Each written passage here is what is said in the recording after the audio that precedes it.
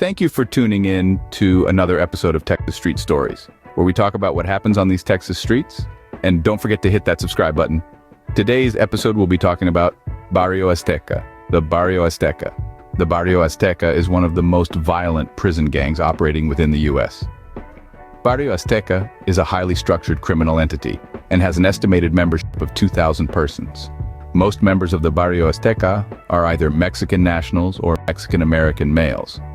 Barrio Azteca is most active in the southwestern region of the U.S., primarily in federal, state, and local correctional facilities in Texas, as well as on the outside in communities located in southwestern Texas and southeastern New Mexico.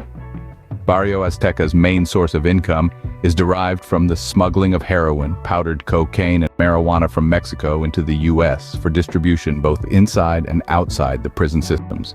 Members of the Barrio Azteca often transport illicit drugs across the U.S.-Mexico border on behalf of DTOs. Barrio Azteca members are also involved in crimes such as alien smuggling, arson, assault, auto theft, burglary, extortion, intimidation, kidnapping, robbery, and weapons violations. A subscriber wanted to clarify a few facts about the Barrio Azteca. Thank you to my subscriber for this story. A lot of people talk without knowing the facts. I have done 32 years in the Texas prison systems. I have seen many things happen that a lot of dudes don't know what they're talking about, yet they still speak on it. People sleep on the Barrio Azteca, but they are very powerful. They went to war with all the Texas families at the same time. They won their respect by being a vicious and violent organization. Their opponents had no choice but to let them establish themselves in Texas. They knew how to effectively use the knife in combat. Let's get one thing understood. Yes, the Barrio Azteca was born in Cofield Unit in Texas, but they are not a Texas family. Even in its beginning, they wanted to go beyond being stuck in one state or only have people from one place. The Barrio Azteca wanted to be an ultimate Mexican organization that went beyond the normal bounds. But the Barrio Azteca understood that first they needed a solid home base. El Paso, Juarez became their headquarters. Barrio Azteca are now established in many places, with brothers in various states and countries. When the Barrio Aztecas were started, they recruited only the toughest barrio gangsters that fell out of El Paso. They spoke Calo, their own language, a cool jive of half English, half Spanish rhythms. Out of the Zoot Suiter experience came lowrider cars and culture, clothes, music, tag names, and again, its own graffiti language.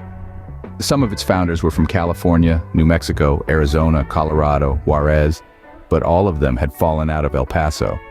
You had Jesse Valdez, that was from East Los Angeles, Gitano Chavez from Juarez, Oso Mendoza from Las Cruces, New Mexico. Then you had the members from El Paso like Benjamin T. Top Alvarez, Indio Estrada, Raul Fierro. I could keep going, but that's just a little knowledge. El Paso, Juarez are their stronghold headquarters. But the Barrio Azteca is not a Texas family who is limited to just Texas like these other Texas families. During my time, I have seen a lot of bloodshed. When all the Texas families banded together to try to annihilate them, they were able to come on top by how violent and vicious they were.